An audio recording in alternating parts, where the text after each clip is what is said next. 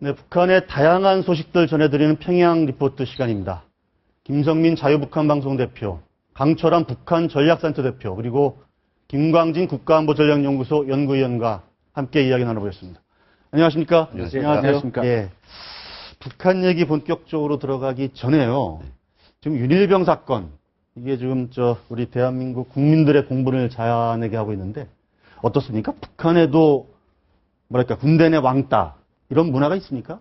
네, 한국의 왕따가 비슷한 게 이제 머서리 작업이라는 게 있죠. 모서리 작업. 예, 뭐 사각형의 한쪽 귀퉁마리를 모서리라고 그러죠. 예. 몰아준다는 얘기가 기본적으로 있었는데, 예.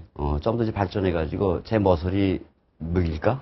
혹은 모서리 먹일까? 예. 예. 머서리 당하는 입장에서는 머서리 당하는 건데, 이게 지휘관들이나 사관들이 정말 조직적으로 하면 심각해지죠.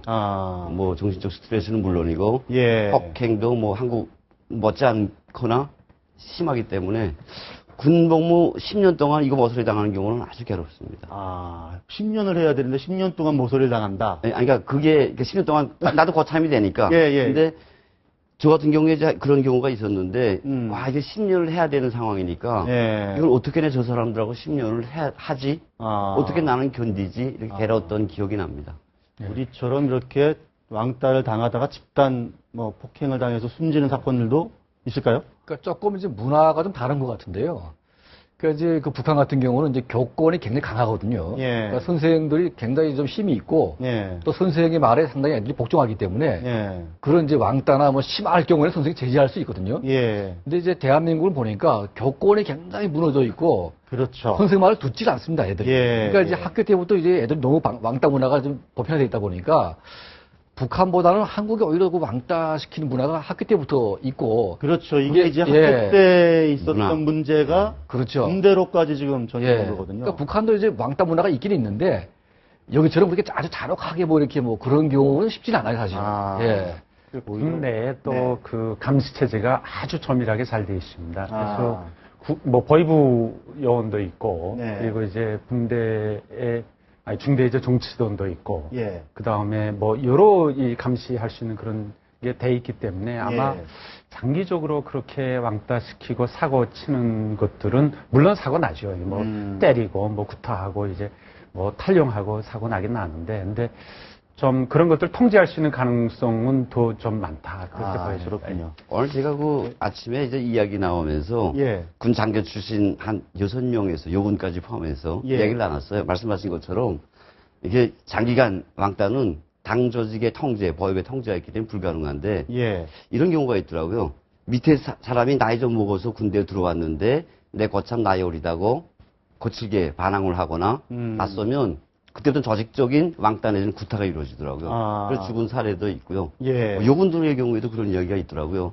그러니까 기본적인 틀에서 벗어나서 하전사가 원래 바친다거나 장교한데 거참한데 내가 나이 좀 있어서 한다거나 그런 경우가 있고, 그리고 북한 특징이 이처럼 계속 통제를 하기 때문에 나름대로 한 번 반항에 대해서 이제 반응을 할 때는 때려 죽이는 현상이 꽤 되더라고요. 그러니까 장기적인 현상은 못 되지만 한 매에 쳐 죽이는 듯한. 그래서 총살당한 사례도 있고 공개 재판한 사례도 꽤 되더라고요. 알겠습니다.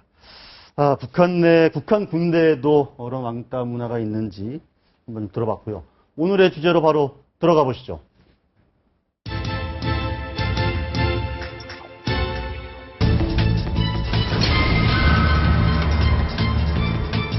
절뚝거리는 김정은과 그의 전략. 김정은이 이제 최근에 보니까 엄청나게 돌아다니고 있어요. 군부대 시찰도 많이 하고. 이걸 모아가지고 영화를 하나 만들었더라고요. 그걸 보니까 두 가지가 좀 눈길을 끄는데 저희가 한번 준비된 리포트가 있으니까 리포트를 한번 보시고 얘기를 나눠보시죠. 김정은 노동당 제1비서가 부서 상륙작전에 앞서 열정적으로 지시를 내립니다.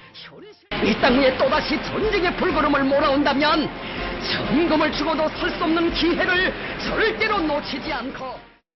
지난달 김정은은 미사일 발사 훈련을 포함해 이틀에 한 번꼴로 현지 시찰에 나섰습니다. 김정은이 아버지 김정일과 달리 비행기를 타고 이동한 덕분에 이 같은 빡빡한 일정 소화가 가능했던 것으로 보입니다. 새 기록 영화에서는 기존에 알려졌던 전용기가 아닌 고려항공 소속의 소형 비행기를 탄 김정은의 모습이 공개됐습니다. 김정은은 비행기 안에서 서류를 읽는가 하면 음료수를 마시며 간부들과 대화를 나누기도 합니다. 한편 이번에 공개된 영상에서도 김정은이 다리를 절뚝이는 장면이 여러 차례 노출됐습니다. 다만 지난달 27일 6.25 참전 열사묘를 참관할 당시 영상에서는 한층 걷는 게 자연스러워 보입니다. 김정은이 단순 과로나 일시적인 부상으로 다리를 저른 것이라는 분석에 힘이 실리고 있습니다. 채널A 뉴스 김철중입니다. 네. 이제 두 가지 포인트가 있네요. 지금 소형 항공기는 처음 본 것 같은데 그전에는 좀 긴 항공기였는데 되게 오래된 거, 전용기. 근데 저거는 새로 등장한 것 같아요. 그렇죠. 그러니까 저게 이제 그 과거의 김정일 같은 경우에는 그 비행기 고소공포증이 아주 심해가지고 비행기를 아예 탈 생각을 안 했죠. 그러니까 육지로 갈 생각을 하다 보니까 이제 기차를 완전히 방탄기차 만들고 또 차도 이제 방탄기차를 만들고 또 한번 이동할 때는 육선이 막 달라붙어서 정말 초롱성같이 보여를 했는데 지금은 이제 김정일의 스타일이 비행기를 전혀 무서워하지 않는 것 같아요. 그러니까 왜냐하면 이제 그 스위스 베르나께 다닐 때 비행기 타고 갔겠죠. 뭐. 왔다 갔다 하다 보니까 이게 뭐 위험하지가 않다 이런 인식이 있겠고 그리고 이제 그 과거와는 달리 이제 북한의 교통수단이나 이런 것들이 점점 힘들어지니까 아마 경호하는 게 더 힘든 것 같아요. 그래서 아마 합리적으로 저렇게 비행기로 옮겨 타지 않았냐 그런 생각이 듭니다. 그런데 저거 보니까 그전에는 그때 언제였죠? 다리를 저는 모습이 7월 초 7월 초에 나왔었죠. 근데 지금 저 장면을 보니까 다리를 저는 것 같지가 않아요? 7.27 그 전순 기념일이라고 하죠, 북한에서는. 그날 이제, 전쟁, 저 전사한 사람들 그 묘, 새로 된데, 근데 아직도 조금 조는 것 같아요. 오른쪽 다리가 아직도 약간. 편한 건 아닌 것 같아요. 편하지는 않습니다. 근데 뭐 어디 정초 났거나 아니면은 어디 상처 났던 거 지금 회복 중으로 보여지고요. 그 어떤 뭐 당뇨병이라 할지 아니면 다른 병에 의해서 이제 졸고 하는 모습은 아닌 것 같습니다.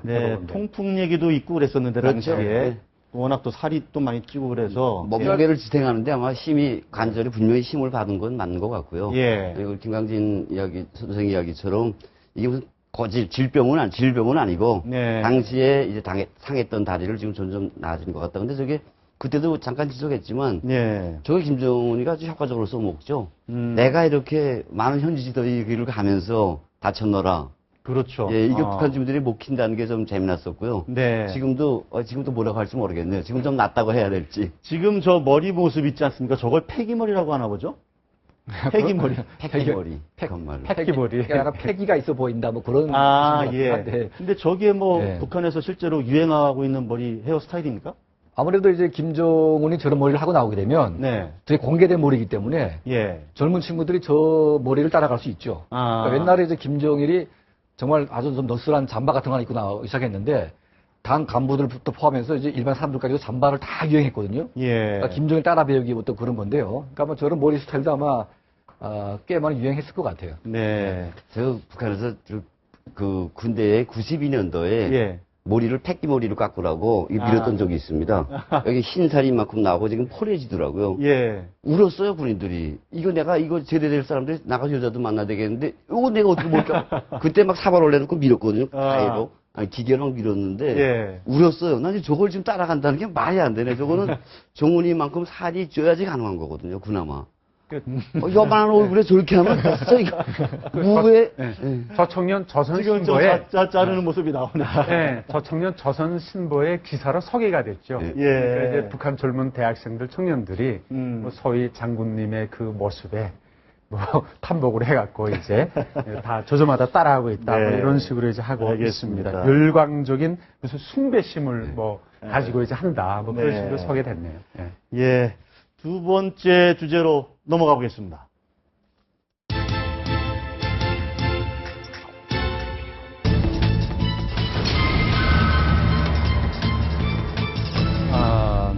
김일성 지우기와 장성택 지우기. 저희가 저렇게 제목을 붙인 이유는 5,000원권 있지 않습니까? 5,000원권에서 김일성 초상화가 빠졌어요. 그게 무슨 의미일까요? 그게 아마 이제 지금 1달러에 북한 돈 8,000원씩 거래되고 있습니다. 그러니까 예를 들어 100달러를 바꾸려고 하게 되면 5,000원권 화폐가 100장이 필요하다는 얘기죠. 그러니까 이제 이게 김일성 초상화가 실린 북한 화폐 가치가 너무 거의 떨어졌다. 휴지장처럼 돼 있다 보니까 사람들이 별로 귀하게 여기지도 않고 막 구겨서 막 주머니 넣기도 하고 막 버리고 하다 보니까 소위 수령의 권위가 너무 추락하고 있다. 이게 아마 가장 큰 원인인 것 같아요.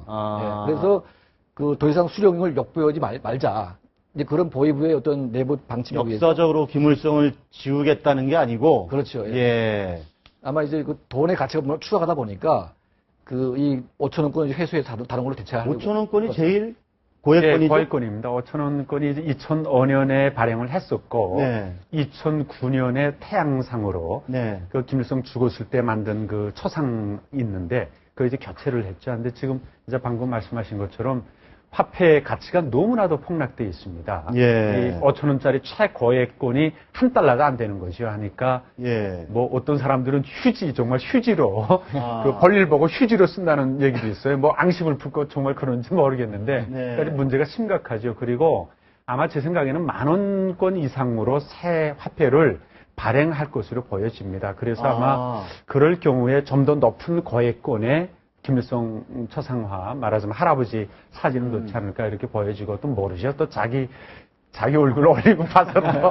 5,000원권이 최고의 고액권이지만 10,000원권도 가능하다. 나올 가능성이 있겠네요. 워낙 가치가 떨어져 있으니까. 1달러 이상은 돼야 되거든요. 그렇죠. 1달러 가치가 안 되게 되면 이건 화폐 가치 문제가 있기 때문에 아마 이제 10,000원권에 나올 수 있다고 저는 보고 있습니다. 우리 김 의원님은 원래 장성택 전 행정부장에 제가 모시고 있었잖아요. 근데 어제 보니까 김정은이 무슨 타일 공장을 갔는데 거기에 공장 이름을 붙여줬어요. 천리마 타일 공장이라고. 그렇죠. 이름을 바꿨죠. 그 장성택 행정부장을 초용할 때 당시 뭡니까 판결문에 나왔었죠. 대동강 타일 공장에 그 위대한 장군들의 이제 그걸 모시려고 했는데 사적지 뭐 이런 것들을 구호들 그걸 가로막았고 그다음에 승인을 했는데 이제 한쪽 귀때기에 뭐 해놨다 이런 식으로 그 수령의 용도 체제 뭐 이런 걸 고부했다는 식으로 이제 죄명을 씌웠는데 그 문제가 됐던 타일 공장입니다. 근데 그게 대동강 타일 공장이었는데 이름이 바뀌었죠. 그래서 장성택 지우기를 하고 있다 아직도. 그럼 예를 들면 이제 그런 해석도 가능합니까? 타일 공장 자체의 뭐랄까 운영은 뭐 거의 현장에 누가 하겠지만 저걸 관리하고 이권을 거기서 챙기고 하는 거는 과거에는 장성택이 주도했던 행정부였던 거죠. 그렇죠. 과거에는 이제 장성택 행정부의 승리 무역회사가 했는데 지금은 바뀌어갖고 이제 군에다 이권을 줬다고 하는 거 아닙니까? 그러니까 이제 장성택이 가지고 있던 이권들을 다시 군 쪽에 많이 이제 주고 있고 그리고 이름도 바꾸고 있고 운영권도 이제 군에다 넘기고 있는 그런 상황입니다. 김일성 지우기, 장성택 지우기 뭐 전혀 성격은 다른데요. 어쨌든 두 북한의 대표적인 인물들을 지우기하고 있는 모습을 한번 비교를 해서 저희들이 짚어봤는데 세 번째 주제로 넘어가 볼까요?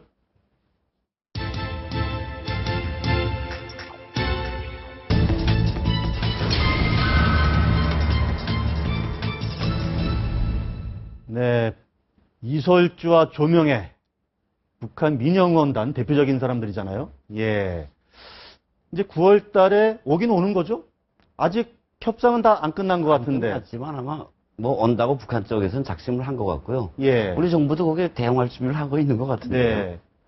보통 저런 응원단을 구성을 하게 되면 한 3개월 이렇게 아마 6개월 전부터 훈련? 6개월 전부터 신원 파악을 다 하고 있고 3개월부터는 벌써 이제 다 파악을 해서 집체 훈련도 하고 있고 이런 훈련이 통과가 돼야 또 이제 최종 선발이 되겠죠. 그러니까 아마 엄청난 훈련과 이 지도를 받고 나서야 이제 가기 때문에 최소한 반년 이상 걸린다고 봐야죠.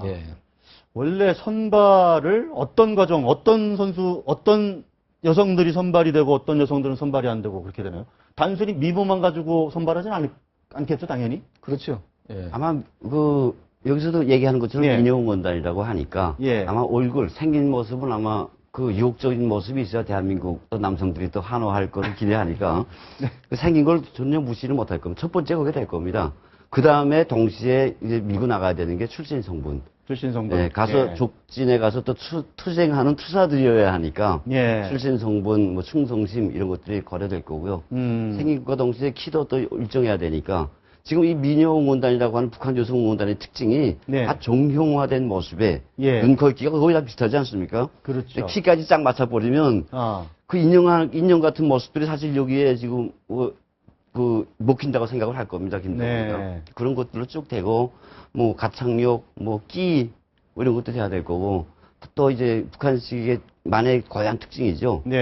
뭘 거해야 된다. 남보다 좋은 일이거나 특별한 일을 하기 위해서는 반드시 거해야 된다. 그런 것들이 종합적으로 묶여져서, 강 대표가 이야기한 것처럼 이 친구들은 북한에서 우리 대한민국에 대고 말하기 전에 이미 선발됐고 이미 준비된 상태에서 지금 됐거든요. 현재 훈련을 진행 중이겠네요. 한참. 그렇죠. 평양 체육관에서 지금 훈련한다고 하지 않습니까? 어떤 훈련을 할까요? 그러면 응원 연습이죠. 그러니까 구호들 각종 구호들을 이게 합창하는. 그다음에 북한이 이제 집단체조 매스 게임이라고 굉장히 잘 발달되어 있지 않습니까? 그러니까 그 구호에 맞춰서 그리고 이제 지휘자의 그 지휘봉에 맞춰서 환호하는, 응원하는 그런 연습을 열성적으로 지금 열심히 하고 있는 것 같고, 선수들도 김정은이 또 축구팀 훈련하는 거, 경기하는 것도 봐주지 않았습니까? 본인이 직접 이거 정치적으로 체육을 이용하지 말고, 그 민족의 화해와 단합이 이바지해야 된다 이런 식으로 얘기했고, 그러니까 아마 아직까지 합의는 안 됐는데 아마 어느 곳으로 자기들은 지금 준비하고 있는. 옛날에 저희 어릴 때예요. 그 외국인들이 막 평양에 올 때 거기에 대비하는 이제 수첩을 줬거든요. 그래서 이제 무슨 말을 했을 때 어떤 말이 제일 적합한지 그 성공 사례들을 쫙 적어가지고 그걸 외우게 했습니다. 이게. 그러니까 아마 그 300명 가까운 미녀들이 오기 때문에 무슨 말을 실수하게 되면 큰일 나지 않습니까 이게. 그렇죠. 그래서 말 실수를 줄이고 기자나 어떤 그 시민들의 답변에 어떤 말을 해야 될지 이 말까지도 다 준비를 해야 됩니다. 이게 한두 가지가 아닌 거죠. 그러니까 뭐 상당 기간 집합 훈련을 안 할 수가 없겠네요. 그러니까 완벽한 연기를 준비해야 되는 거죠. 이설주는 어쨌든 김정은의 간택을 받아서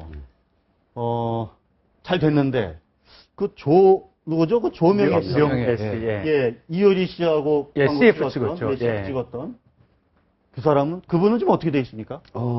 몇 년 전에 가서 바로 이효리가 친척이 저희 이제 사무실에 함께해서 일했는데요. 철국자인데 이 친구가 또 후에 이제 북한에 끌려갔습니다. 중국 갔다가. 근데 이 친구가 한 이야기가 이제 그 발단이 돼서 기사도 만들어지고 다 이야기가 됐는데 북한에 가장 오래 위장병이 있었답니다. 그러니까 못 사는 집이었답니다. 예쁜 덕에 이제 CF까지 찍었는데 가서 그 생활을 연장하다가 위장병 때문에 정말 극심한 위장병 때문에 늘 병원에 입원해 산다라는 이야기가 나왔었죠. 당시에 CF 찍고 뭐 좀 뭐랄까 돈을 좀 받았나요? 휴대폰하고 받았겠죠. 아니 휴대폰하고 삼성에서 주는 휴대폰 하나하고 그리고 버스를 하나 줘가지고. 버스? 그래서 이 친구가 있던 단체에 필요했던 버스를 여기서 한 대 구해줬답니다. 자기가 직접 돈을 받은 건 아니고. 이설주와 조명이 완전히 엇갈린 인생이네요. 그렇죠. 남북에, 돈 사실 당에서 다 빼앗아갑니다. 개인들한테 안 주고, 왜냐면은 이민들 사이에 이제 격차가 생기고 하기 때문에 사회감 이런 거에서 웬간하면은 총금 이런 건 빼앗고 외국에 이제 그 볼목공으로 나가지 않습니까? 그 사람들도 쿠폰 줍니다. 상품 살 수 있는 그런 쿠폰을 주고 돈은 이제 대수로 안 주는 거죠. 알겠습니다. 지금까지 세 분과 함께 평양 리포트 들어봤습니다. 오늘 말씀 잘 들었습니다. 감사합니다. 감사합니다.